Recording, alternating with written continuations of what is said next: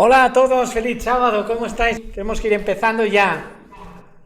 Bueno, bienvenidos a todos, espero que hayáis tenido una buena semana mientras se conecta Mari. Muy bien, Mari Luz, te cedo la palabra para que comencemos ya dando la bienvenida. Hoy ya ves que tenemos invitados y además muy contentos de recibirlos. Un saludo muy especial para todos vosotros. Me alegra una vez más podernos encontrar a través de este espacio que nos ha concedido el Señor. Un abrazo especial para todos vosotros. Un abrazo caluroso. El Señor les bendice. Que la bendición del Señor sea sobre cada uno de vosotros, sobre vuestras familias. Vamos a comenzar leyendo, les invito a que vayamos a Isaías 46, del versículo 10. Dice la palabra del Señor, leemos en el nombre del Padre, con la bendición del Hijo y del Espíritu Santo. Amén. Acordaos de las cosas pasadas, desde los tiempos antiguos, porque yo soy Dios y no hay otro Dios, y nada hay semejante a mí, que anuncio lo por venir desde el principio y desde la antigüedad, lo que aún no era hecho, que digo, mi plan permanecerá y haré todo lo que quiero. El Señor bendiga su santa palabra. Vamos a pedir la bendición del Señor esta noche. Diego, comenzamos con oración entonces. Sí. Padre querido, te damos gracias por los aquí presentes en tu nombre, Señor, por este momento de paz, de quietud, para escuchar tu palabra y que disfrutemos de este momento a tu lado, en tu sintonía, en tu compañía. Sé tú en nosotros, pues, te lo rogamos, te lo agradecemos con todo nuestro corazón, en tu nombre santo, en el nombre de Jesús. Amén. Amén. Gracias, Mari, por la introducción importante de ese texto que nos va a venir muy bien para nuestra reflexión de hoy. Sí, tengo dos preguntas sencillas para nuestros niños, bueno, para todos. A ver, ¿podemos arrepentirnos? Sí, pero ¿Sí? no por nuestra voluntad. No podemos arrepentirnos por nuestra voluntad. Sí, solo que tenemos que pedirle a Dios que nos ayude para hacer un verdadero arrepentimiento. Ajá, muy bien.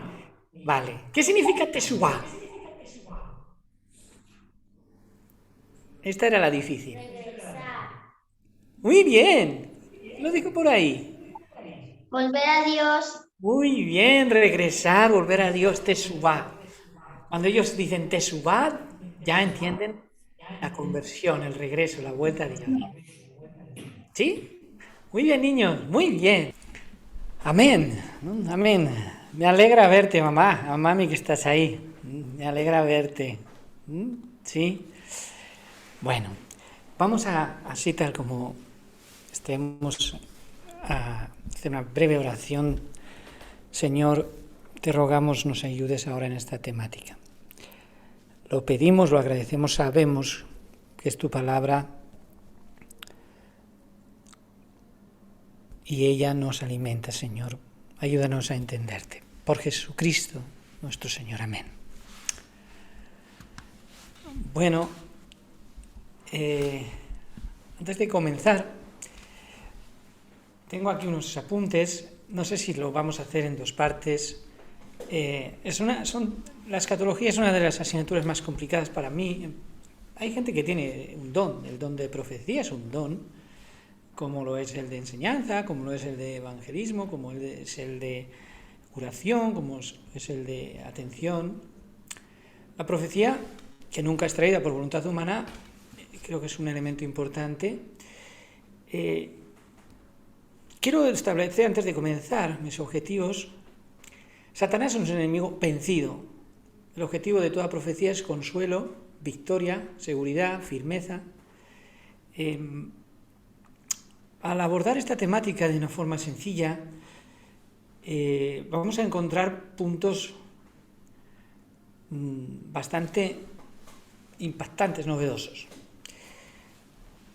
Me gustaría también entender por qué existen las señales, qué sentido han tenido en el pasado, qué sentido tienen en el futuro, en el presente en el que vivimos, qué significado pueden tener, por qué este tema, por qué estas señales hoy y cómo las podemos entre todos entender mejor.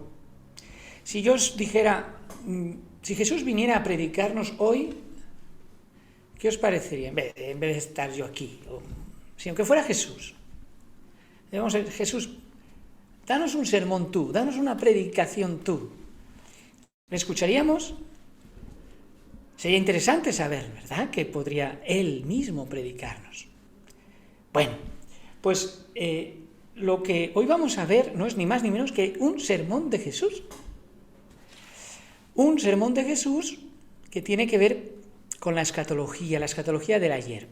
Si podéis anclar bien la pantalla en grande para que podamos ver las diapositivas mejor, os lo agradecería. Bien, vámonos a nuestro texto, los tendremos en pantalla para agilizar mejor la lectura. Mateo 24 dice así, en ese sermón de Jesús dado a sus discípulos: por tanto, cuando veáis la abominación de la desolación, dicha por el profeta Daniel, puesta en el lugar santo, el que esté leyendo entienda, entonces los que estén en Judea huyan a los montes. Bien. ¿De qué está hablando Jesús? Es evidente que Jesús, como judío, es conocedor de su historia, de la historia de su propia nación, conoce muy bien los testimonios que hablábamos la semana pasada y estos días de su importancia, conoce muy bien a sus profetas, su propia enseñanza de su madre, me imagino, también, como enseñándole en sus regazos las historias que forman parte del pueblo judío. Y Jesús les está hablando de este profeta Daniel.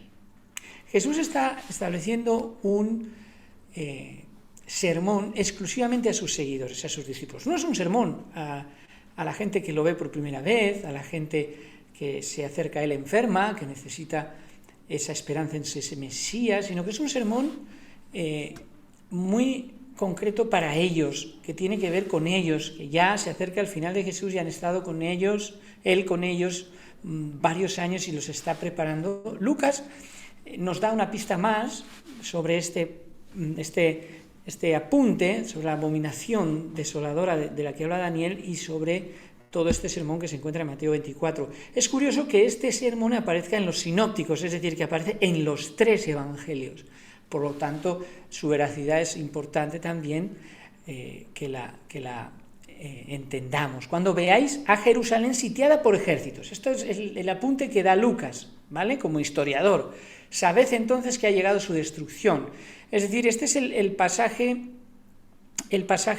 sinóptico, digamos, el pasaje paralelo a Mateo, que nos da una pista más. Es decir, lo que está hablando Jesús claramente es que esta maravillosa ciudad, Jerusalén, va a ser destruida, lo cual era impensable en un tiempo de paz como ese, aunque siempre es un tiempo convulso en Tierra Santa, muchos conflictos, pero jamás nadie pensaba ni que ese templo iba a ser destruido. Por supuesto, un monumento de esas dimensiones, en las que aún queda el muro de las lamentaciones, y mucho menos la ciudad. Pero Jesús les dice entonces algo importante en relación a la destrucción de Jerusalén concreto y una señal para ellos. Es decir, que nos encontramos con una profecía de enfoque preterista, es decir, una profecía en Mateo que se ha cumplido en el pasado, claramente, pero que tiene un doble cumplimiento.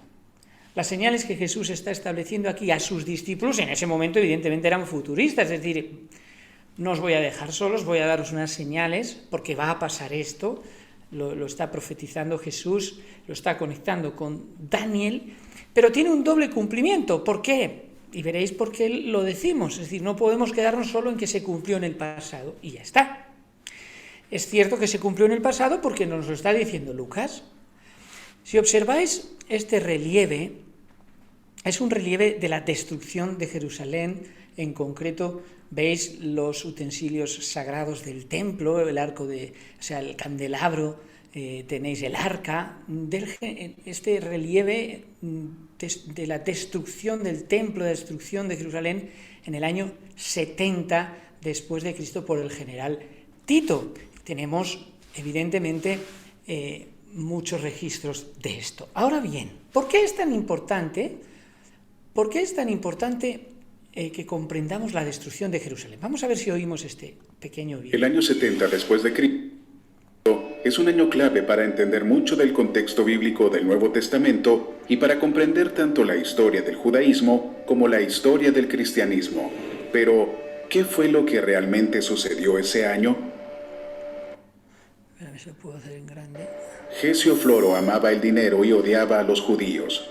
Como procurador romano, gobernó Judea, cuidando poco su religiosidad. Cuando los ingresos fiscales eran bajos, se apoderó de la plata del templo. A medida que crecía el alboroto contra él, en el año 66 después de Cristo, envió tropas a Jerusalén que masacraron a al menos 3.600 ciudadanos. La acción de Floro provocó una rebelión, la primera revuelta judía que se había estado gestando durante algún tiempo. La revuelta judía comenzó y se encontró con su amargo final, en Masada, una gran roca que domina el Mar Muerto construida originalmente por Herodes el Grande. Los romanos habían construido una fortaleza prácticamente inexpugnable allí. Sin embargo, las atrocidades de Floro inspiraron a algunos judíos a atacar Masada. Sorprendentemente, ganaron, masacrando al ejército romano allí. En Jerusalén, el capitán del templo se solidarizó con la revuelta al detener los sacrificios diarios al César y pronto toda Jerusalén estaba alborotada, expulsando o matando a las tropas romanas. Entonces toda Judea y luego Galilea se rebeló. Cestio Caius, el gobernador romano de la región, marchó desde Siria con 20.000 soldados. Asedió Jerusalén durante 6 meses, pero falló.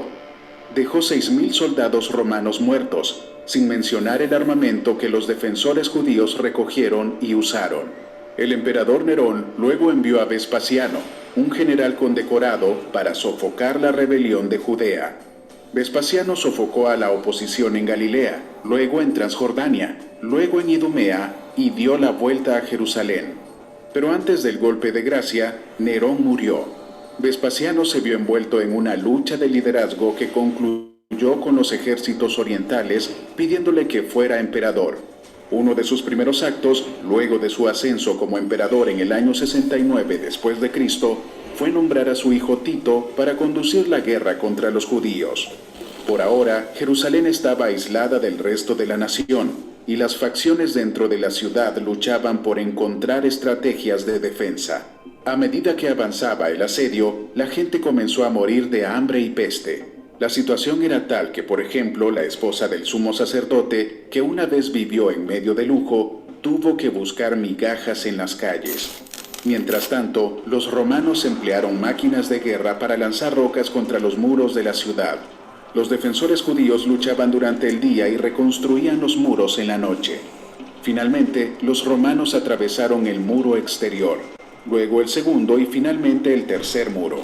Aún así, los judíos lucharon, corriendo hacia el templo como su última línea de defensa.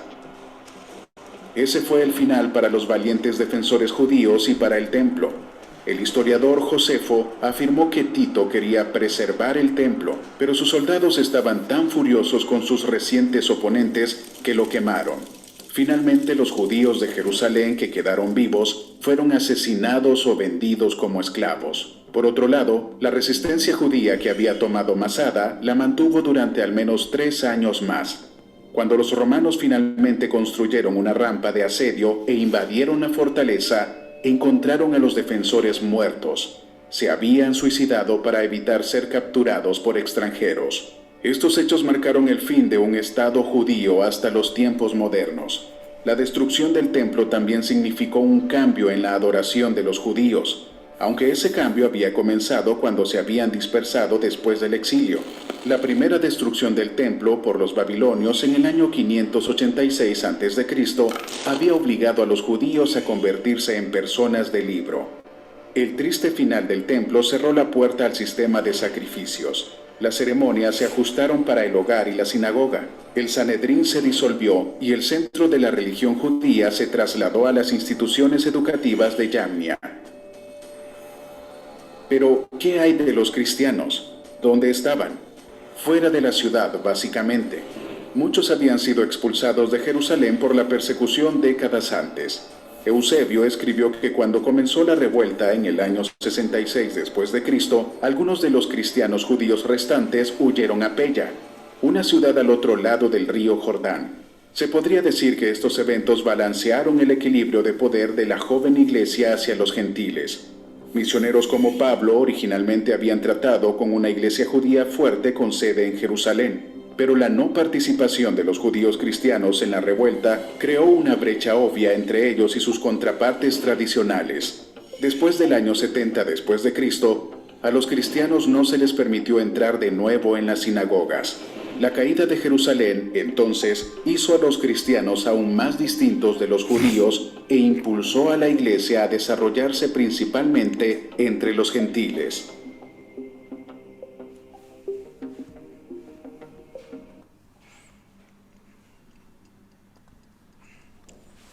Sí. Recordemos las palabras de Jesús cuando oigáis una señal, vamos a verlo, qué señal puede ser, huyan a los montes. Estamos hablando de un grupito de cristianos que no están en la ciudad. Imaginad toda la predicación de Cristo llegando a su final, estamos hablando siglo I. Esto ha ocurrido en los años 70. Jesús, pues de 33, 34, 40 años, 50, es decir, les anuncia un tiempo de angustia previo, un tiempo de angustia bastante importante. Esto, imaginad esta situación, ¿vale? Vuestra ciudad, vuestra zona donde vivís, donde os desarrolláis, va a ser destruida, aniquilada, y en aquella época esto es una angustia tremenda, ¿no? Es prácticamente vivir un tremendo miedo. Pero Jesús les da una señal a ese grupo de seguidores y por otro lado la fe judía sigue avanzando, porque vamos a encontrarnos una imitación de la adoración de Dios y una adoración de Dios. Es decir, alguien quiere ser como Dios e intenta imitar a Dios constantemente. ¿Quién puede ser? ¿Qué ángel creó Dios que en esa libertad decidió ser como Dios? Bueno, yo soy un ángel hermoso, maravilloso, pero quiero ser como Dios. Pero eres una criatura. No, pero tú eres entonces un Dios cruel. No puedes ser. Ese conflicto entre la criatura y el Creador hizo que el deseo de este ángel se esté intentando cumplir desde siempre. Por lo tanto, este ángel quiere ser como Dios. Va a imitar a Dios, y lo va a imitar a Dios constantemente. Y aquí entonces estamos encontrando unas palabras de Jesús exclusiva para sus seguidores, un sermón, que ahora vamos quizá en dos partes, porque no quiero abarcar todo el gran significado. Por un lado, ya cumplido, pero que para ellos se iba a cumplir, y nosotros, junto a Lucas, las fuentes históricas y las palabras de Jesús, vemos que se cumple precisamente en esta destrucción, va a llegar esta destrucción, pero os voy a dar una señal para que huyáis a los montes y no perezcáis en esa destrucción, junto a otras que vais a ver cómo yo estoy con vosotros, el Espíritu Santo está con vosotros. Y estas señales os las doy para que no os sintáis solos ante los acontecimientos que van a ocurrir contra vosotros, aunque no tengáis ninguna responsabilidad, como me han hecho a mí, os harán a vosotros. Y esto se cumplió en este grupo y en este momento. ¿Ha dejado de cumplirse estas señales de Jesús? No. Y veremos por qué tiene una aplicación, un doble cumplimiento. Por un lado en la historia y por otro lado en el futuro.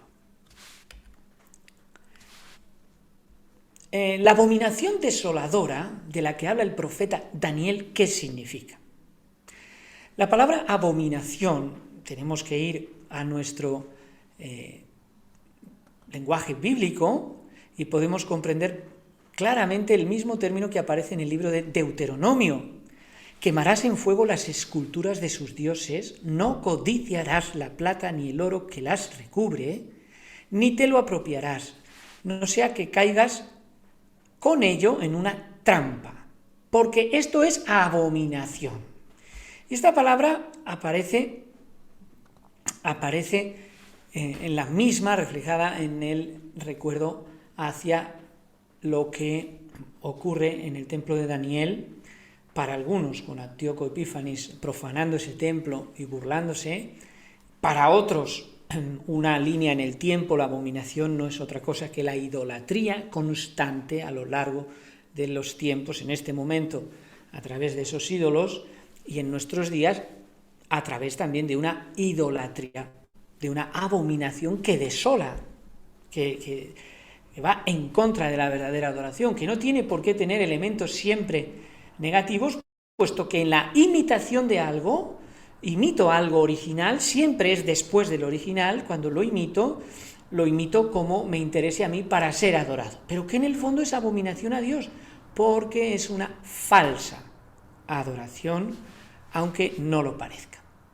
Y ahora observemos en la historia, ocurre algo curioso en esos judíos que adoran a Dios, que no creen en Jesús ni en sus señales, pero que adoran a su Dios, que también están sufriendo la persecución romana, también, como el grupo de cristianos, y oran para no ser asediados. Y entonces este general, Cestio Galo, misteriosamente va a huir. Él es el primero que sitia la ciudad, es decir, todos los cristianos están dentro recordando la señal de su maestro. Cuando una señal, y ahora veremos cuál, ocurra, tenéis que huir a los montes. Pero los cristianos y los judíos están dentro de la ciudad de Jerusalén asediada, es decir, tomada por este general romano en primer lugar. Por lo tanto, ¿cómo voy a huir? Señor Jesús, tú me has dado esa señal, pero ¿cómo voy a huir si la ciudad está asediada? Y los judíos exactamente igual. Todos oran, los cristianos esperan, ahí la importancia de la escatología y de las palabras de Jesús. Los judíos oran porque es una situación límite. Pero la historia nos dice que este general, que lo tenía todo para destruir finalmente y tomar la ciudad de Jerusalén, huye. Y en ese momento de la huida es cuando se puede producir en este momento de la huida de este general, y abandona cuando todo lo tenía a su favor. Es entonces en este momento cuando este grupo de cristianos entiende la señal de Jesús, que ahora vamos a ver, y huye a los montes, mientras que los judíos en esa falsa adoración dicen: ¿lo veis? Hemos orado a nuestro Dios, no a vuestro Jesús. El general romano se ha ido, Jerusalén es nuestra, nada nos va a pasar. Pensad que en esta situación lo más lógico es entender, pues efectivamente, Dios ha hecho un milagro, este general nos iba a tomar la ciudad, de repente se ha ido, pues Dios está con nosotros. Bueno, vamos a apostatar, Jesús nos dijo algo, pero esto es muy lógico, es muy evidente, pues me voy con este grupo de judíos. Tienen razón, al final me habré equivocado entendiendo a este Jesús tan extraño, porque la ciudad ha desaparecido ya. Unos grupos de fieles entendieron la señal. ¿Cuál es la señal anunciada?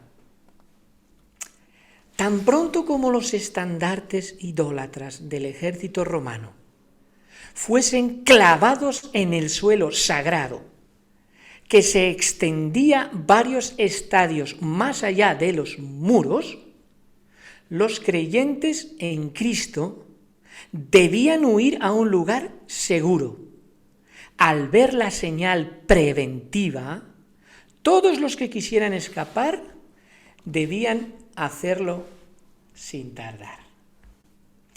Qué curiosa es la historia, sobre todo tan apasionante cuando la vemos a la luz de la Escritura, y nos da seguridad esta escatología. Es muy curioso que hasta el año 104 a.C. las imágenes en los estandartes romanos eran de un toro, de una serpiente, de un león, de un buitre, pero es muy curioso que en estos momentos el cónsul Mario ordena inmediatamente que todos los estandartes romanos lleven un águila en sus legiones. Y ahí tenéis el estandarte romano que servía de señal para estos cristianos que al clavar estos estandartes en el suelo sagrado y huir, el general romano que tenía, Celio Casto, que tenía este estandarte en todas sus legiones y los cristianos podían verlo, es cuando pueden huir, mientras que los judíos decían, ¿lo veis? Vuestro Cristo no es un Dios verdadero. Este estandarte es muy curioso, la imagen del águila está hacia la derecha, unas ramas unas flechas en la parte derecha, y arriba, ¿sabéis lo que es esa guirnalda de oro?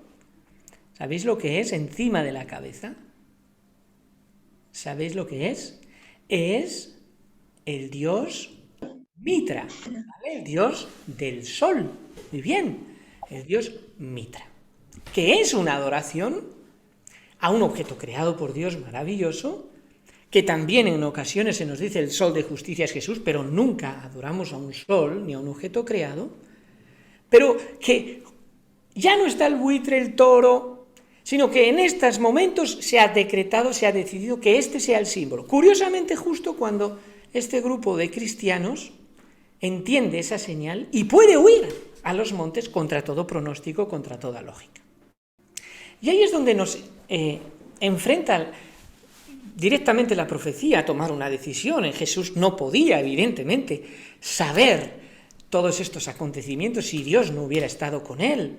Y, por supuesto, lo entrega a sus seguidores en ese maravilloso sermón, que vamos a ver unas pinceladas, porque es absolutamente maravilloso, que tiene un doble cumplimiento y que nos tiene que decir algo hoy, igual que les dijo algo a ese grupo, no a todo el mundo, a ese grupo que lo escuchó ayer. El orden cronológico y el doble cumplimiento. Por un lado hay unas 9 señales previas al fin. Primero, los falsos mesías. Segundo, las guerras y rumores de guerras. Tercero, las hambres. Habéis visto en el vídeo cómo se produjo un hambre tan fuerte que hasta los poderosos no tenían para comer. Las pestes, en griego las pestes, las epidemias, los terremotos, los mártires, los falsos profetas, la maldad multiplicada y el enfriamiento de la fe, la iniquidad rampante, y cómo el evangelio sería predicado a todo el mundo, dijo Jesús. En realidad el término griego es oikos, será predicado en todas las casas y entonces vendrá el fin. Todo esto lo dio Jesús a este grupo de seguidores y diremos, pero claro, terremotos ha habido siempre. Cuidado. Vamos a ir despacio, vamos a ir por partes, vamos a nuestra primera señal, ¿de acuerdo? La señal número 1, falsos maestros. Palabras de Jesús, no mías, porque vendrán muchos en mi nombre, diciendo, yo soy el Mesías. Y a muchos engañarán. Falsos mesías. Bien, siempre han existido, decimos, vale, ¿tenemos pruebas de que esta señal se cumple dentro del propio Evangelio? ¿Recordáis algunos falsos maestros en nombre de Jesús? Esto, Jesús muere, resucita, están impactados este grupo de seguidores. Imaginaos, sois vosotros, somos nosotros seguidores de estos seguidores del Maestro. Y ellos están viendo que lo que Jesús les dijo se estaba cumpliendo en orden cronológico y con el objetivo de afianzar su fe. De ahí la importancia de la profecía. Hechos de los Apóstoles. Porque antes de estos días se levantó Teudas, diciendo que era alguien, en realidad una persona muy importante, al cual se unió un número como de 400 hombres, pero fue muerto y todos los que le obedecían fueron dispersados y reducidos a nada. Teudas o Teudas. Es uno que tiene sus seguidores en nombre de Jesús, que está en el libro de Hechos o el Evangelio de Lucas 2. Pero mirad que hay más, Judas el Galileo. Después de este se levantó Judas el Galileo en los días del censo e incitó al pueblo tras sí. También él pereció y todos los que le obedecían fueron dispersados. Es decir, cuando hablan de levantarse es que mostraban la idea porque Jesús realmente no creían en él más que sus seguidores, no era un Mesías triunfante en ese momento como hoy, era una cuestión de fe y entonces continuaba existiendo esta idea, bueno, quizás hasta nuestros días sigue existiendo, pero la de levantarse un nuevo Mesías, un nuevo falso Mesías. Mirad, también conocéis, me imagino, Simón el Mago, también lo tenemos en el libro de los Hechos. Pero cierto varón de nombre Simón había estado practicando magia en la ciudad y asombraba a la gente de Samaria, haciéndose pasar por alguien importante. Es decir, que en el nombre de Jesús, o sea, se continuaba buscando aceptación y se conseguía. Es decir, esto era algo que Jesús había anunciado. Se levantarán en mi nombre. Señal 1. Y así fue. Señal número 2, que decimos, siempre ha habido guerras. Cuidado, estamos hablando de ese grupito que va a encontrar el qué. Dice las palabras de Jesús en este sermón: estaréis destinados a oír guerras y alarmas de guerras. Mirad, no os alarméis, porque así debe acontecer. Pero aún no es el fin. Principio de dolores, dirá algunos textos. Es decir, claro, han existido siempre guerras, pero nunca como esta época en estos tumultos. ¿Por qué sabemos esto? Por la fuente de Flavio Josefo en La guerra de los judíos, Antigüedades, una obra muy conocida. Para nada Flavio Josefo es ni mucho menos cristiano, es una fuente judía, y él menciona todos los conflictos que hay por toda Judea, muchos más que ahora, hoy todavía siguen en la Franja de Gaza y continúan. Y claro que ha habido guerras mundiales, pero aquí está en concreto hablando de Jesús, que más o menos en su época existe la amenaza, pero es un tiempo de paz, la Pax Romana, y esto es llamativo para ellos. Estas guerras concretas, este momento concreto en la historia de Judea es especial. Lo encontramos también en el historiador Tácito y en los anales de la historia. Es decir, no son fuentes precisamente cristianas propiamente dichas. Así que esas guerras y rumores de guerras van a ocurrir más tranquilos, esto es principio de dolores. Señal 3, palabras del Maestro Jesús, porque será levantada nación contra nación y reino contra reino, y habrá hambres y terremotos, fenómenos naturales sobrenaturales, dice algunas versiones, en diferentes lugares. Bueno, siempre ha existido, volvemos a lo mismo, pero no contextualizamos el sermón de Jesús. Aparece también una de las explosiones más famosas en Pompeya. Como la Iglesia de Encuentro va a viajar a estos lugares, Masada, como hemos visto, Pompeya, es el Vesubio, años 66 creo. Es decir, las señales concretas para este grupo, no ambiguas, no sacadas de contexto. Bien, tenemos pruebas de esto. Mirad el libro de los Hechos de los Apóstoles. Levantándose uno de ellos, de nombre Ágabo, predijo por el Espíritu, esto es un hombre de Dios, predijo por el Espíritu que estaba a punto de ocurrir una gran hambruna en toda la tierra habitada, la cual ocurrió en tiempo de Claudio.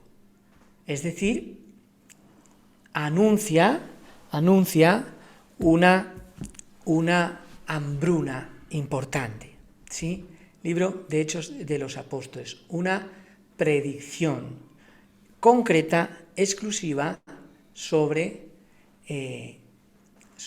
hambre muy concreta, ¿sí? Dentro del libro de los Apóstoles, no un hambre general que siempre ha habido y siempre habrá. En estos casos es muy concreta, como hemos visto incluso en el vídeo, incluso dentro de las clases, esto sí que es algo que pocas veces se ha visto en la historia, la propia esposa del gobernador. Pero también fijaos que tenemos en el libro de las Lamentaciones una hambre extrema en esta época. Manos de mujeres compasivas cocinaron a sus propios hijos. Les sirvieron de comida en la gran calamidad de la hija de mi pueblo. El libro de las Lamentaciones, muy poco leído, pero muy importante. Así que había en concreto esta señal importante.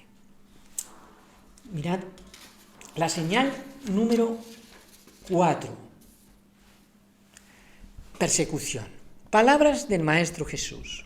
Entonces os entregarán a tribulación y os matarán. Y seréis aborrecidos por todas las naciones a causa de mi nombre. Jesús les anuncia esto. No va a ser una vida difícil la que os espera. Entre paréntesis, permitidme simplemente mostraros algunas de las citas de la historia, por ejemplo, respecto a estas señales, como la página 20 del libro de Antigüedades de los Judíos de Flavio Josefo, diciendo así: además se levantaron impostores y engañadores que convencieron a la muchedumbre que los siguieran al desierto, pues afirmaban tener poder para mostrarles maravillas, señales incuestionables que harían en armonía, que estaban en armonía con el plan de Dios. Esto lo está diciendo Flavio Josefo respecto a esos falsos maestros, a esos falsos mesías, como ha dicho Jesús. Por comentaros algo respecto a esas guerras, Flavio Josefo habla también de todas las batallas con los ascalonios, los alejandrinos, los sirios, los samaritanos, algo nunca visto en la historia, y también respecto al hambre. Por ir apuntando algunas pinceladas más, nos dice Josefo en la página 63, levantándose llamado Ágabo, exactamente como la Biblia, ¿veis? Vendría un gran hambre en toda la tierra, la cual sucedió en tiempo de César Claudio. Es decir, la historia confirma la escritura en ese hambre y en esa pestilencia. Mirad, por ejemplo, otro más para ir a la vez, sobre Tácito, en este caso. Tácito en sus anales de la historia dice respecto a esos terremotos del reinado de Claudio: las casas fueron aplastadas por repetidos terremotos, y al esparcirse el terror, los débiles fueron muertos, pisoteados por los que huían llenos de pánico. Observad la historia respecto a la parte bíblica. Vemos la historia cómo nos ayuda a comprender estas señales. Vamos en la cuarta, ¿sí? Señal número 4, palabras de Jesús, muy interesante. Os entregarán a tribulación y os matarán y seréis aborrecidos por todas las naciones a causa de mi nombre. Realmente había 120 seguidores en el aposento alto. Jesús tiene una visión enorme de lo que va a ser este grupo de cristianos, que son nuestros verdaderos pioneros. Bien, en esta señal sobre la persecución, mirad, por ejemplo, yendo a la fuente bíblica, fueron persuadidos por Gamaliel. Gamaliel es el maestro de Pablo, y llamaron a los apóstoles, y después de azotarles, les prohibieron hablar en el nombre de Jesús y los dejaron libres. Gamaliel, por cierto, con el que estudió, o es que al que escuchó Jesús y Pablo. Había dos escuelas, Gilel y Gamaliel. Pues ellos mismos, estos mismos judíos, persiguen, azotan. Pero además, en aquel día, por ejemplo, Hechos de los Apóstoles, se desató una gran persecución contra la iglesia que estaba en Jerusalén, las casas, y todos fueron esparcidos por las regiones de Judea y de Samaria, con excepción de los apóstoles. ¿Por qué? Los apóstoles no tenían miedo. Es curioso la actitud que tenemos hoy ante la profecía y la actitud que tenían ellos en esas casas cristianas perseguidos. No es que estuvieran, evidentemente, no es que estuvieran cómodos, tranquilos, estaban sufriendo, pero confiaban muchísimo. Los apóstoles no se van, saben que es una señal del Maestro. Por ejemplo, mirad, en esa persecución hay muchos registros. Mientras apedreaban a Esteban, este primer mártir, él invocaba y decía: Señor Jesús, recibe mi espíritu. El primer mártir, como sabéis. No estaban desasistidos, porque también en ese sermón que nos ayuda Marcos en los sinópticos dice: cuando os conduzcan para entregaros, no premeditéis que vais a hablar, es decir, no penséis que vais a decir, ya bastante tenéis con la tensión del momento. Lo que os he dado en aquella hora, eso hablad, porque no sois vosotros quienes habláis, sino el Espíritu Santo. Es decir, dentro de ese sermón durísimo está la promesa tan real de que el Espíritu Santo iba a estar con ellos. Por eso Esteban dice: Señor mío, entrego mi espíritu. Pero dentro de esa persecución me llama la atención que no es una persecución lejana de una orden, de un gobernante, venga, vamos a por ellos. No, sino que Jesús mismo les dice: los gobernantes, nación contra nación, etc. Es decir, personajes de mucha importancia social van a perseguir, pero nosotros no somos nadie, somos tus seguidores, simplemente 100 personitas que seguimos tus consejos. Mirad lo que nos dice la palabra del Señor frente a estos gobernantes importantes. Después de algunos días, llegó Félix con Drusila, su mujer, que era judía. Probablemente Félix, que es un gobernador. Probablemente Drusila, siempre suele haber un testimonio escondido, personas siempre que están impactadas por sueños, como en el caso de Pilato, o en fin, que le pudiera hablar a Félix de la novedad del cristianismo. Y Félix, que es un gobernador, llama a Pablo. Llamando a Pablo, lo oyó acerca de la fe de Jesús, el Mesías. Oye, ¿qué me estáis contando? Háblame. O sea, un gobernador te llama a ti para que le hables de Jesús. Un gobernador romano. General Agripa, dijo a Pablo: se te permite hablar en tu favor. Pablo entonces, extendiendo la mano, comenzó así su defensa.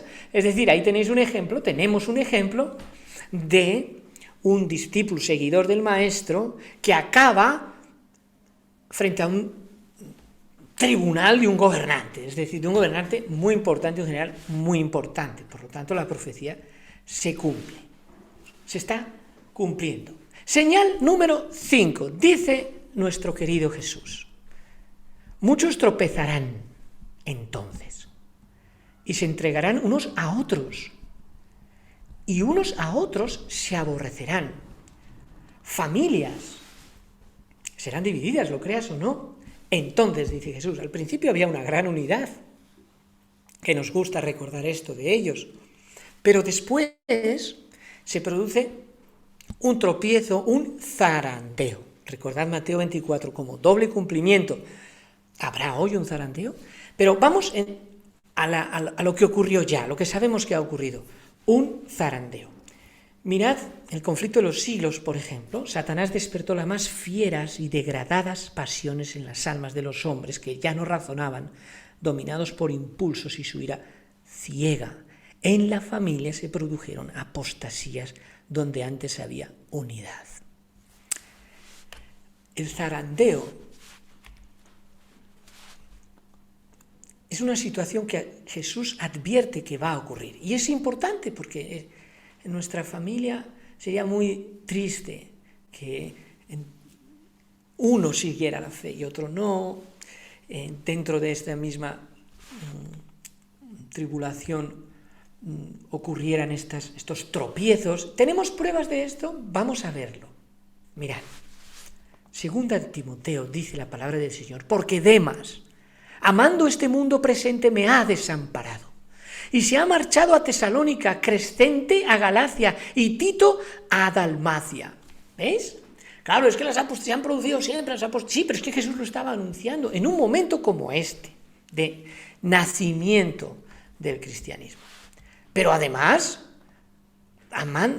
fijaos bien En mi primera defensa dice Pablo, el mismísimo Pablo, ninguno estuvo a mi lado, sino que todos me desampararon. No les he tomado en cuenta, dice Pablo. Qué maravilloso, ¿verdad? No lo tengáis en cuenta, pero me he sentido solo, el mismísimo Pablo. ¿Cómo no iba a recordar la profecía del Maestro? Ya sabes que todos los que están en Asia, segunda de Timoteo, se alejaron de mí, entre los cuales están Fígelo y Hermógenes. Nombres que no conocemos, nombres de iglesia, nombres de ese nacimiento, que zarandeándose se produjeron estas divisiones. No nos debe extrañar. En el futuro también ocurriría así. Señal número 6. Falsos profetas. Diferente a los falsos maestros. Serán levantados, porque Jesús le da una categoría diferente, serán levantados muchos falsos profetas y engañarán a muchos. ¿Tenemos pruebas de esto? Mirad la propia palabra de Dios. Lo tenemos en la historia, no tenemos mucho tiempo para fundamentar la palabra de Dios, pero coincide perfectamente la historia. Atravesando toda la isla hasta Pafos, dice el libro de los Hechos, hallaron a cierto judío mago y falso profeta que respondía al nombre de Bar Jesús. Bar es maestro en hebreo. O sea, se llamaba Bar Jesús, era mago, falso profeta, la Escritura. Es decir, Jesús les advierte lo que va a pasar. Mariluz introducía el tema con un texto maravilloso del profeta Isaías, y el Evangelio de Juan dice, como os he dicho estas cosas para que cuando ocurran creáis. Así que todos estos señales, estos elementos fortalecían la fe de estos primeros seguidores. Señal número 7. Por haberse multiplicado la maldad, el amor de la mayoría se enfriará. Atención, porque en esta señal lo que habla Jesús no es que se van a multiplicar los actos malos. Los actos malos, como la crucifixión, va a quedar abolida. Actos muy crueles como decapitar a alguien, como vengar la muerte que decía el Código Hammurabi, va a estar superado a nivel moral. Uy, que esto es un acto de una crueldad máxima. Pero el texto dice que se multiplicará la maldad. Y la maldad a veces está simplemente disfrazada de acciones bondadosas, de acciones que adoran a aquel que quiere imitar a Dios. Así que no nos extrañe que la maldad pueda estar disfrazada. Pero tenemos pruebas de esto, muchísimas. Mirad, por ejemplo, el libro del conflicto de los siglos en la maldad, en la multiplicación de la maldad. Hay tanta crueldad que se volverán satánicos en la familia, en la nación, en las clases bajas, en las clases superiores. No reinan ya más que la sospecha, la envidia, el odio, el altercado, la rebelión, el asesinato. No había seguridad en ninguna parte. Los amigos y parientes se hacían traición unos a otros. Los padres mataban a los hijos, estos a los padres. ¡Qué tremendo! ¡Qué tremendo! Hoy pensamos que hemos mejorado moralmente en esto. Pero ya veremos que ese doble cumplimiento cronológico se cumple claramente aquí, pero se va a cumplir también en el futuro. Señal número 8. Y este Evangelio del Reino será proclamado en toda la tierra habitada, en todas las casas habitadas, para testimonio a las naciones, y entonces vendrá el fin. Aquí tenemos en esta señal la prueba de que Jesús está hablando de un sermón de forma preterista, se cumple en el pasado, de forma histórica, porque es historia, y de forma futurista, porque evidentemente el mundo prácticamente está naciendo Jesús. Luego, si está diciendo, será predicado el Evangelio, este Evangelio, en todo el mundo, todavía, ¿dónde estaban los Estados Unidos? ¿Dónde estaba el descubrimiento de América?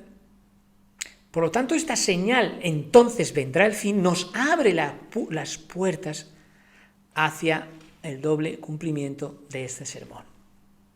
Por eso es muy importante no quedarse en la parte pasada, fácil, relativamente fácil de identificar, sino que esa abominación desoladora no ha podido terminar. No ha podido quedarse solamente en Antíoco Epífanes, no ha podido quedarse solamente en el pasado, por el hecho de que no haya santuario ya, se haya profanado, puesto que abominación significa idolatría. Y si Jesús nos habla de una señal que llega hasta la predicación, hasta el fin del mundo, es decir, hasta todo el mundo conocido, para que llegue el fin del mundo, es prácticamente ahora que sí que hemos conocido el mundo, ya no hay tierras por descubrir, pero en aquel momento sí, ahora no, por lo tanto estaríamos mucho más cerca del fin, puesto que prácticamente más con la era tecnológica ahora se puede prácticamente casi predicar el Evangelio en todas las casas del mundo, casi. Por lo tanto, estaremos o no estaremos más cerca del fin que ellos o que cuando creímos.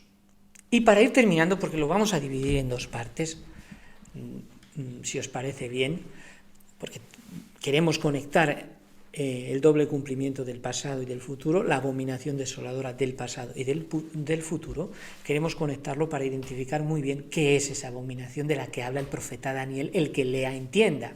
Bien, y para eso nos vamos a centrar en la parte quizá más llamativa de todo este sermón de Jesús tan importante escatológico, y es en la persona de Nerón, donde obviamente ellos enfocaron su aplicación primera, es decir, su aplicación profética directa, es decir, ellos observaron a Jesús, lo que Jesús les está mostrando, y lo vieron claramente en Nerón. Y esto es lo que nos dice la historia y nos dice la propia profecía, y claro que es así.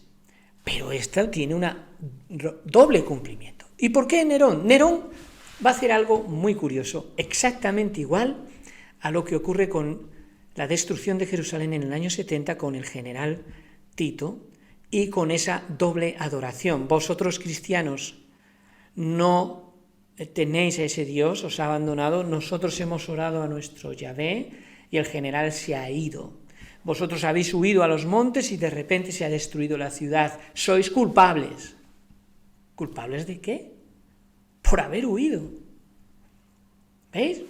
Nerón dice, Roma se ha incendiado en el año 66.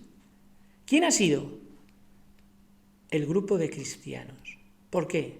Porque hablan del fuego consumidor del Señor, porque hablan de un fuego purificador. Ellos han quemado Roma. Pero además los acusa de antropofagia. ¿Y eso qué es? Se comen unos a otros.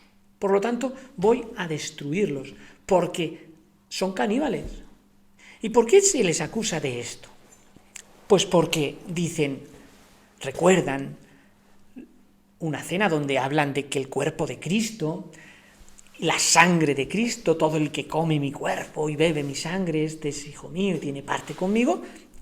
Antropofagia son ellos. Y eso tiene calado en la sociedad. Cuando Nerón es uno de los personajes más malvados de la historia. De nuevo se repite la misma secuencia.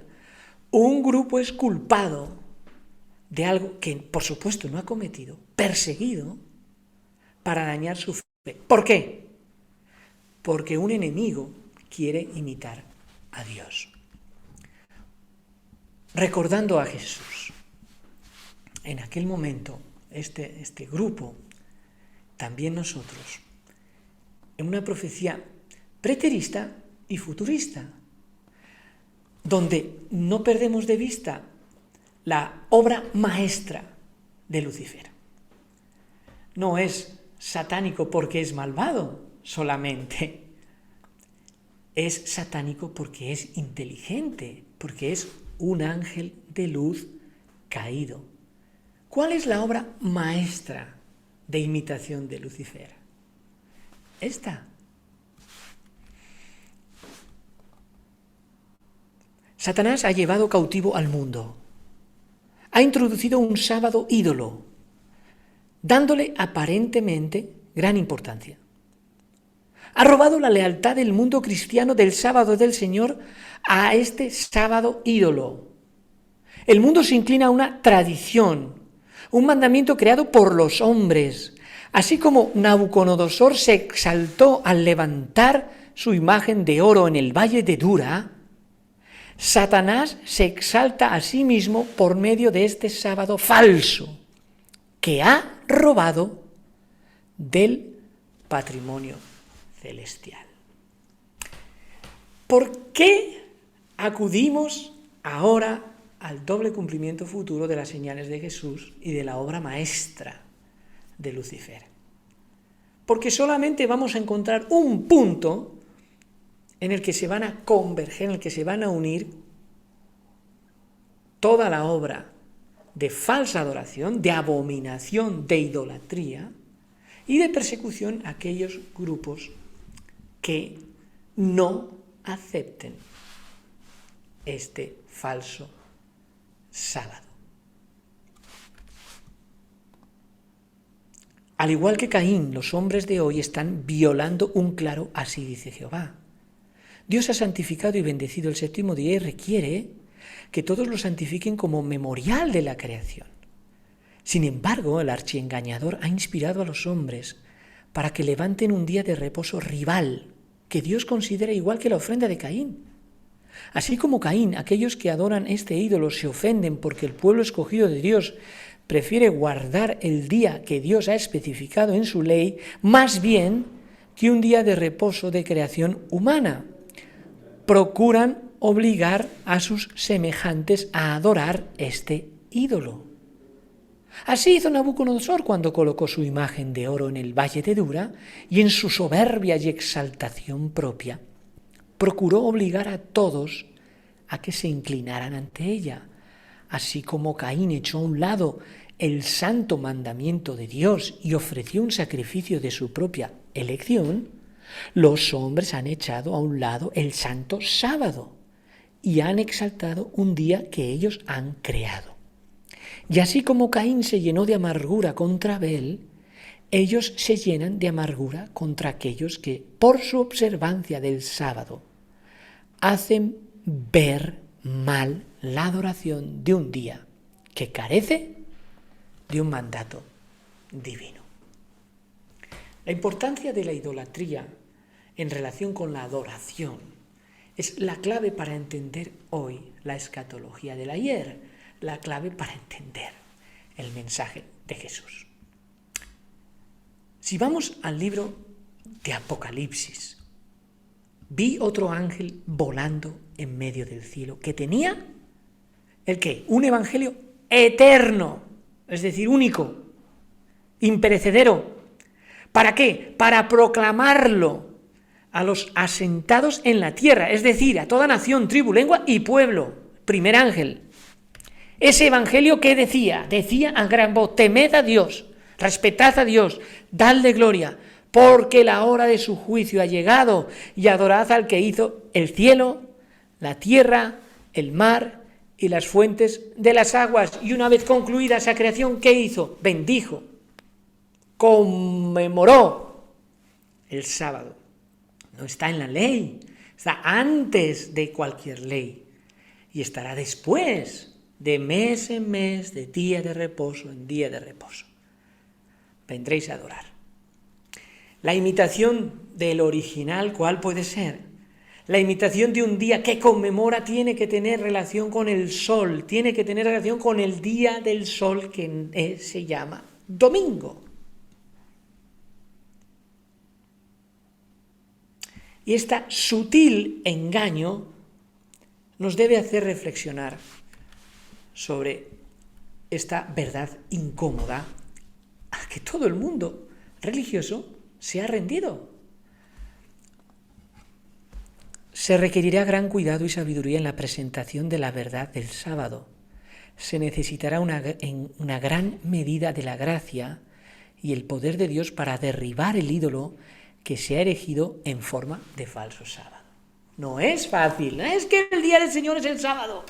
Lo pone bien claro. ¿Ah, sí? Claro. Entonces, ¿cuál es el problema? la conexión con el ayer, con nuestros pioneros, que vieron cronológicamente cómo todo lo que Jesús les dijo se cumplía. Como el acercamiento de los ejércitos romanos fue para los discípulos una señal de la inminente destrucción de Jerusalén, ¿recordáis? Clavaron el estandarte con el dios Sol, dios Mitra. Esta apostasía podría ser para nosotros una señal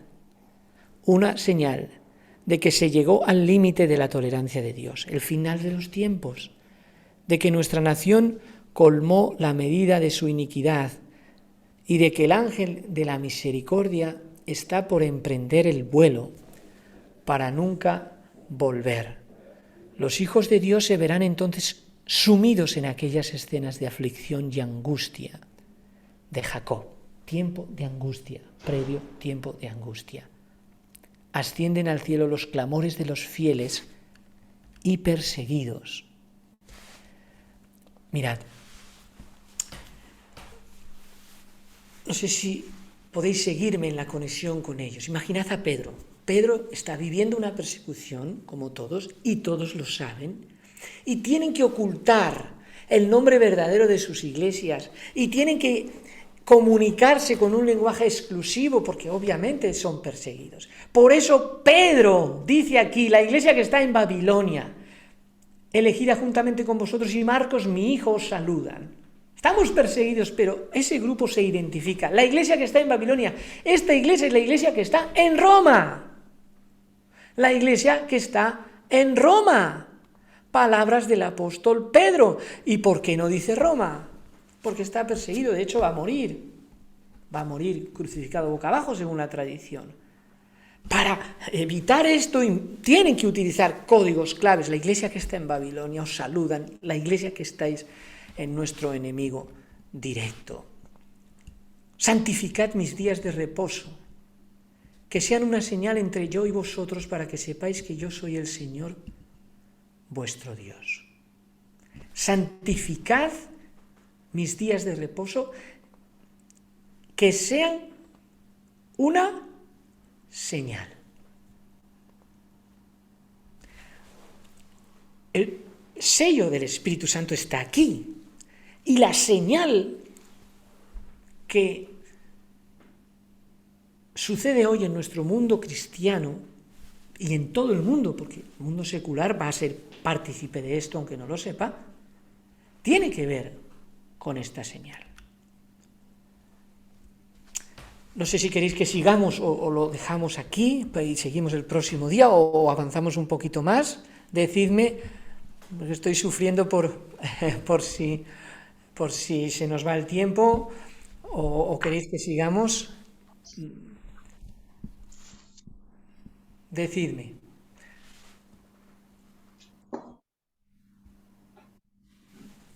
Lo que me digáis. Diego, Sí.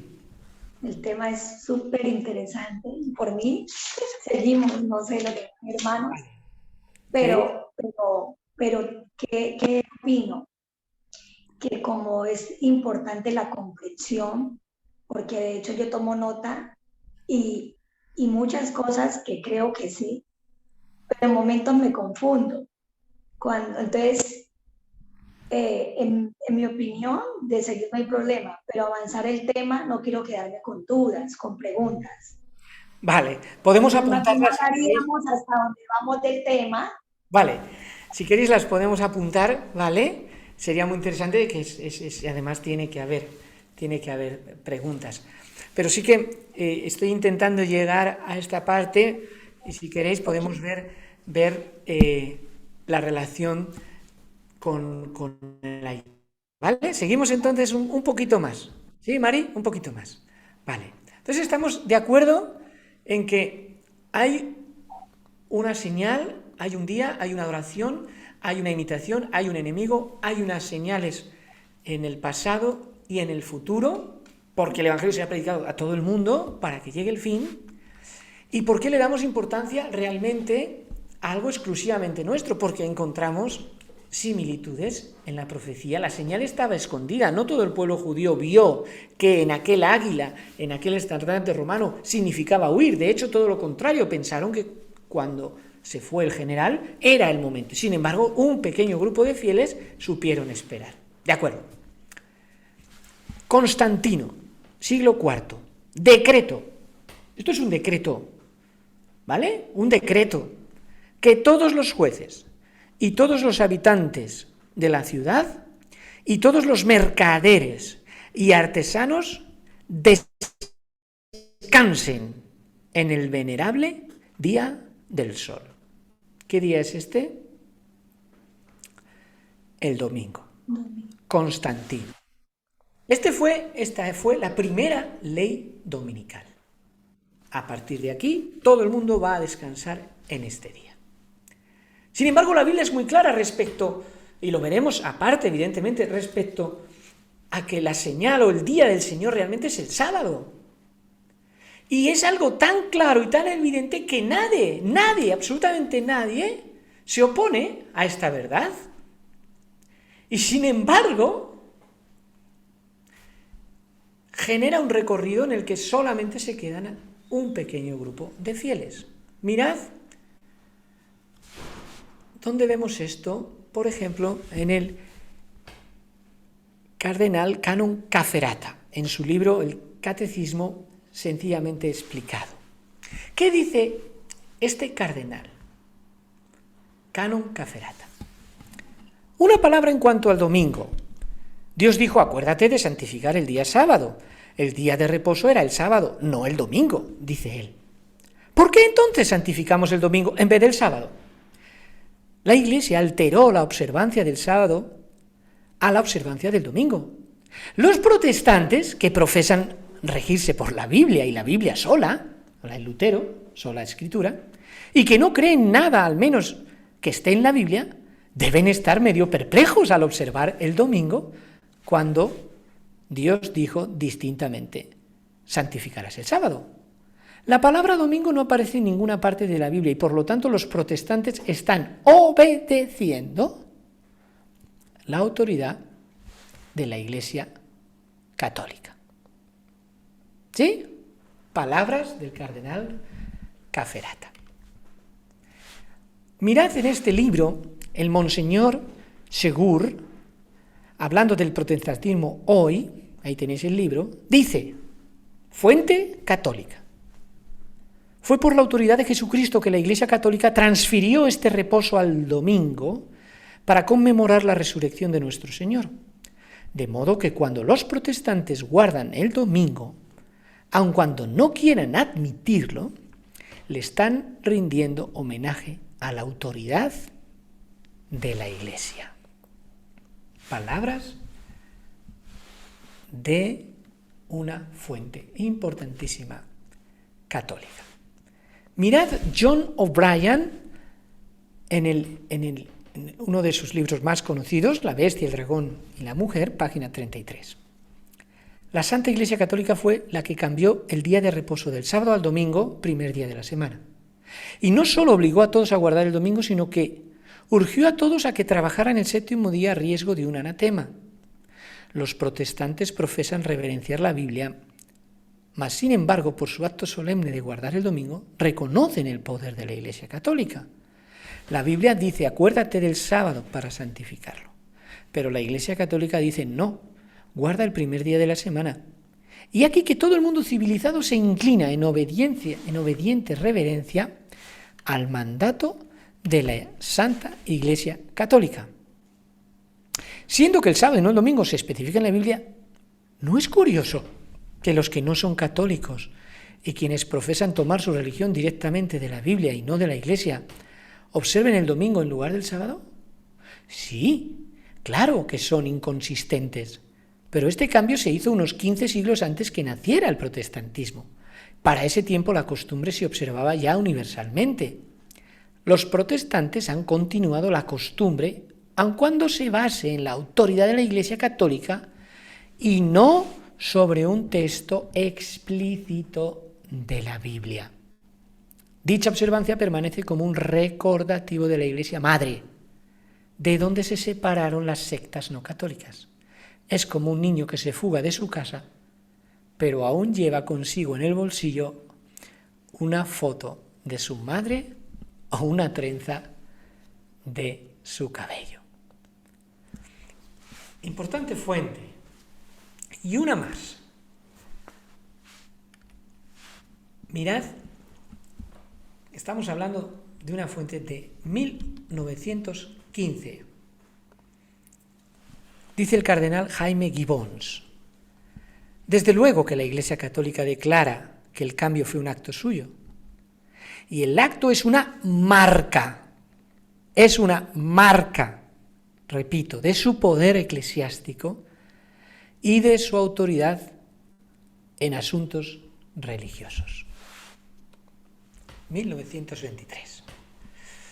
Algo tan evidente, tan claro en la Biblia como es el sábado, debería por lo menos haber argumentos a favor, en contra, pues este texto, como ocurre en casi cada doctrina muy sencilla. Uno es el rapto secreto, otro es el santuario. Sin embargo, en el sábado, todo el mundo calla.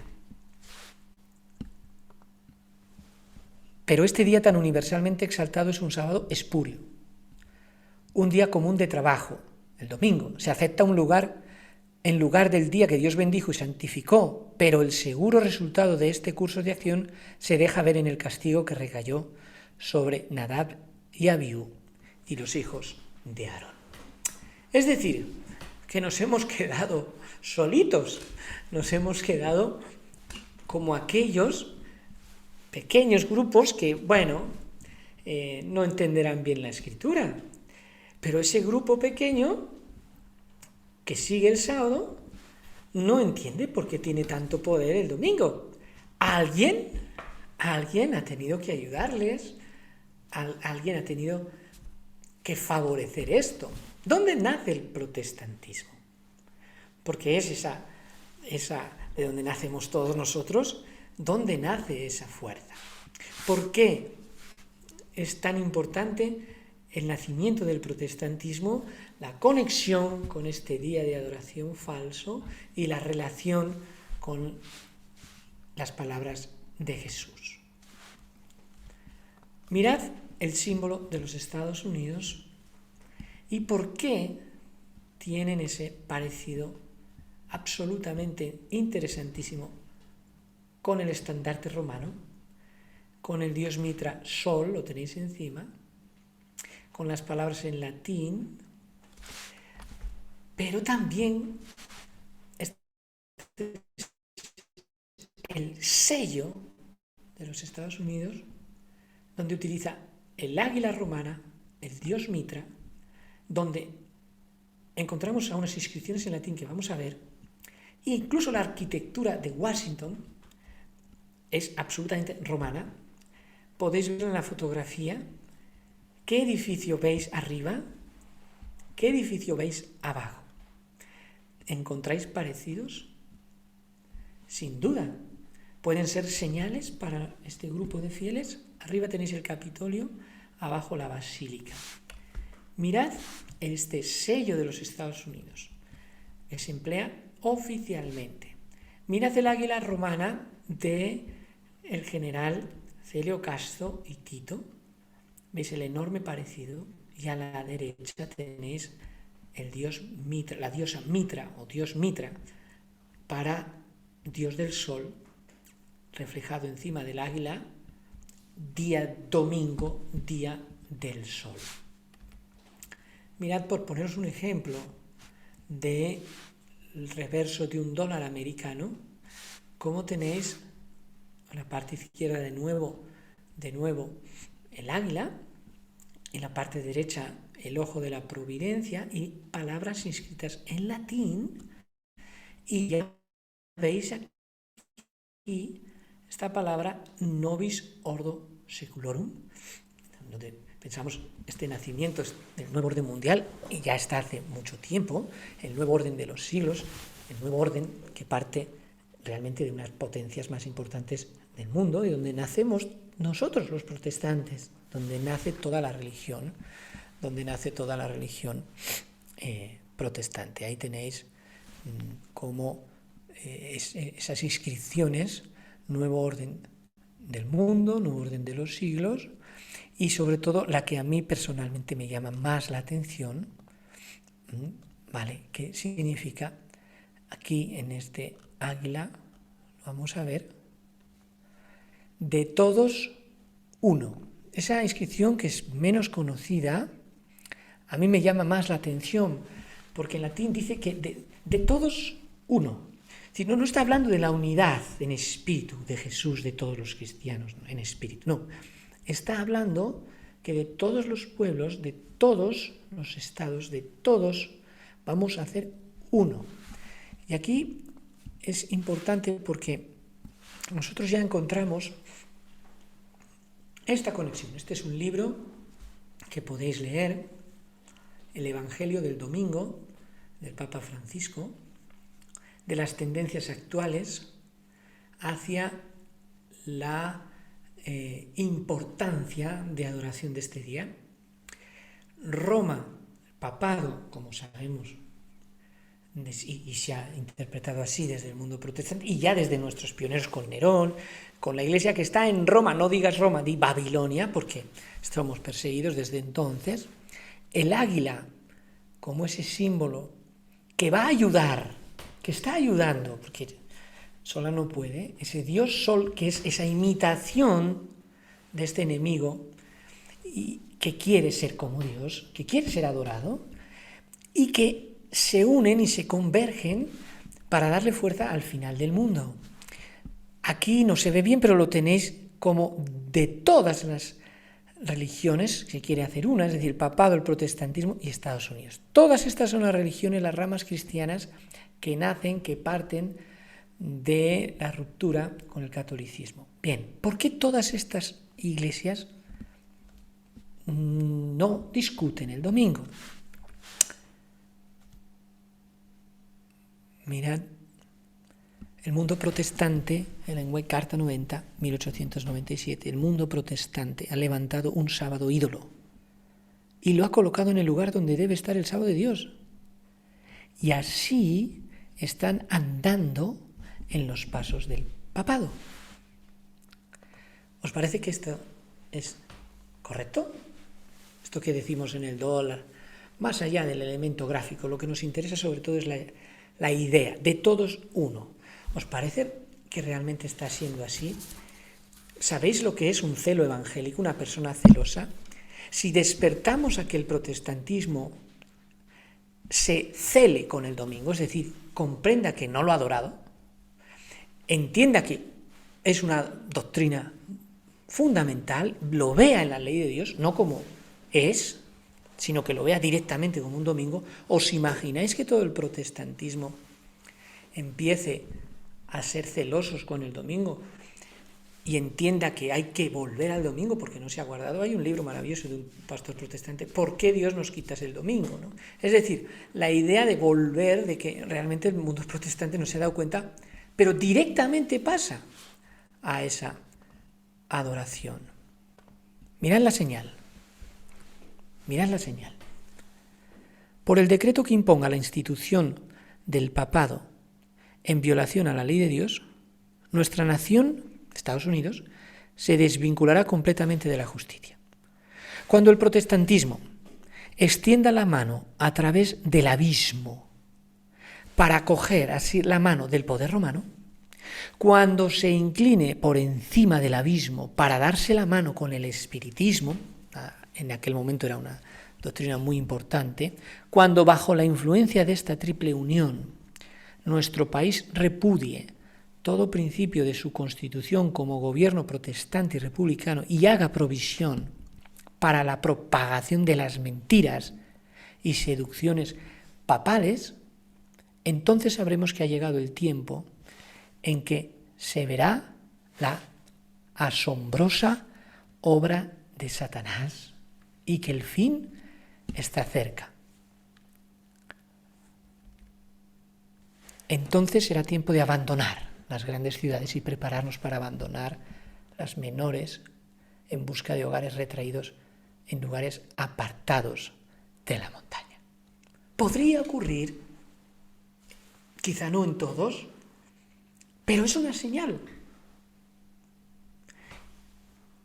¿Cómo se van a dar los acontecimientos? ¿Sí? La señal la tenemos, ¿vale?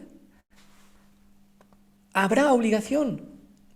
La observancia del domingo no es aún la marca de la bestia y no lo será hasta que se emita el decreto que obligue a los seres humanos a adorar en este sábado ídolo. El acto capital que coronará el gran drama del engaño será que el mismo Satanás se hará pasar por el Cristo. Hace mucho que la Iglesia profesa esperar la segunda venida del Salvador como consumación de sus esperanzas. Pues bien, el gran engañador simulará que Cristo habrá venido. En varias partes de la tierra, Satanás se manifestará a los hombres como ser majestuoso, de un brillo deslumbrador, parecido a la descripción que el Hijo de Dios da en San Juan en el libro de Apocalipsis 1.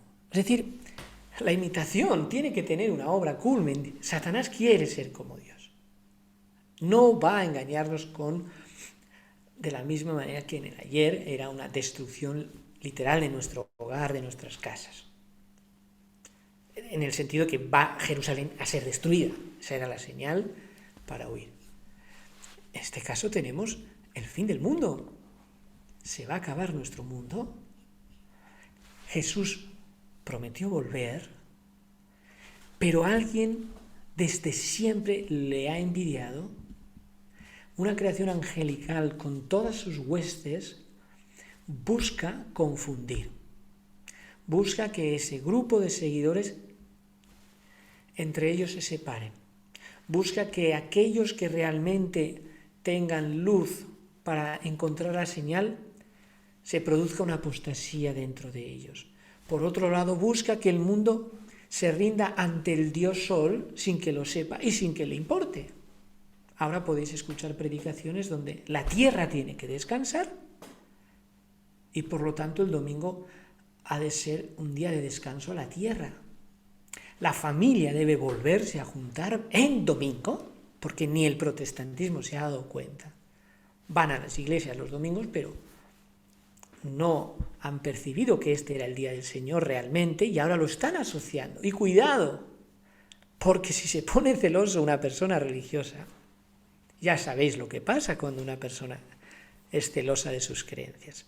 Si además cuenta con el apoyo del papado que dice que el día es el domingo, porque es la Iglesia Madre, y si además goza del poder legislativo de un país padre en la libertad y que va a entender que, bueno, este domingo es importante por muchas razones, puede que ese grupito al final se le culpe de algo. Por poneros un ejemplo, y no soy partidario de esto, pero imaginad que se descubre que las vacunas no eran realmente, no servían. No estoy haciendo ninguna afirmación, pero por poner una hipótesis, ahora sí que hemos visto que el mundo se divide, personas que se vacunan y personas que no, pero imaginad que esas personas que no, se les está diciendo, por vuestra culpa estáis infectando, ¿no?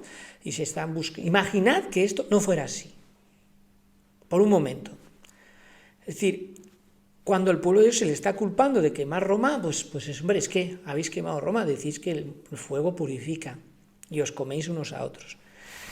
Si por algún motivo se dan las circunstancias en las que, además de guardar el día de reposo, como Dios dice, resulta que se nos culpa de que la tierra no ha descansado, pues ahí tenemos una señal.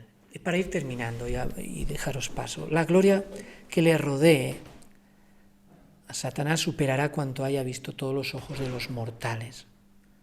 El grito de triunfo repercutirá por los aires. ¡Cristo ha venido! ¡Cristo ha venido! El pueblo se postrará en adoración ante él, mientras levanta sus manos y pronuncia una bendición sobre ellos, así como Cristo bendecía a sus discípulos cuando estaba en la tierra. Su voz es suave y compasiva, aunque llena de melodía. En tono amable y compasivo enuncia algunas de las verdades celestiales y llenas de gracia que pronunciaba el Salvador. Cura las dolencias del pueblo y luego en su fementido carácter de Cristo asegura haber mudado el día de reposo del sábado al domingo y manda a todos que santifiquen el día bendecido por él. Declara que aquellos que persisten en santificar el séptimo día blasfeman su nombre porque se niegan a oír a sus ángeles, que les fueron enviados con la verdad de la luz. Es el engaño más poderoso y resulta casi irresistible.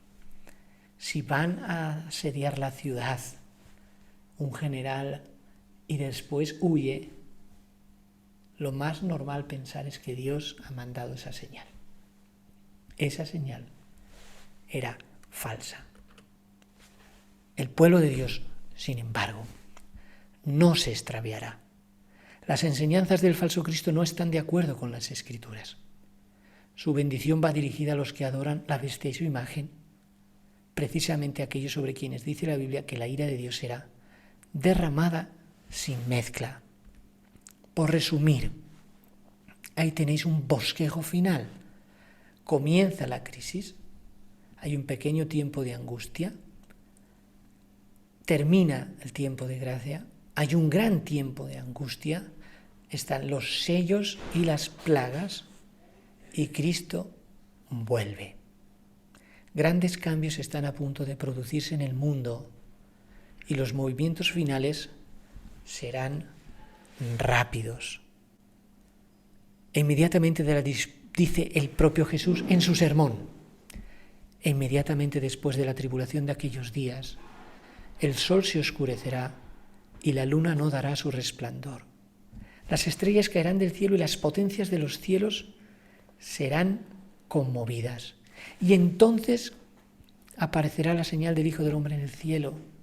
Y entonces lamentarán todas las tribus de la tierra y verán al Hijo del Hombre viniendo sobre las nubes del cielo con gran poder y gran gloria. Palabras del Maestro Jesús. Ellen White visualizó en 1848. El Señor me dio una visión de la conmoción de las potestades del cielo. Vi que cuando el Señor dijo cielo al anunciar las señales indicadas, las que hemos visto por Mateo, Marcos, Lucas, quería decir el cielo, y cuando dijo tierra se refería a la tierra. Las potestades del cielo son el sol, la luna y las estrellas. Gobiernan en los cielos. Las potestades terrenales son las que gobiernan en la tierra. Las potestades del cielo se conmoverán a la voz de Dios. Entonces el sol, la luna y las estrellas se desquiciarán de su asiento. No se aniquilarán, sino que se conmoverán a la voz de Dios.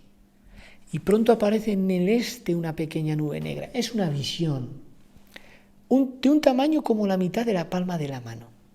Es la nube que envuelve al Salvador y que a la distancia parece rodeada de oscuridad. El pueblo de Dios sabe que es la señal del Hijo del Hombre. En silencio solemne la contemplan mientras va acercándose a la tierra, volviéndose más luminosa y más gloriosa hasta convertirse en una gran nube blanca, cuya base es como fuego consumidor, y sobre ella el arco iris del pacto.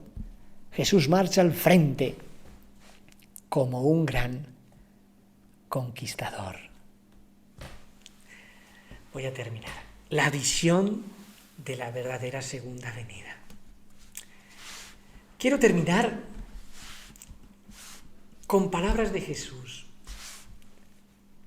Donde quiera que esté el cuerpo muerto, allí se juntarán las águilas. Hoy hemos visto una panorámica, con muchas dudas, por supuesto, muchas que te podamos tener para compartir, una panorámica de lo que podemos entender que va a pasar en este mundo. Y lo importante, finalmente, es el día de la decisión de seguir o no a Jesús. No es un tema cómodo de predicar, no es propio del mundo hoy, que, como veis, no le da ninguna importancia a esto, que más da un día que otro.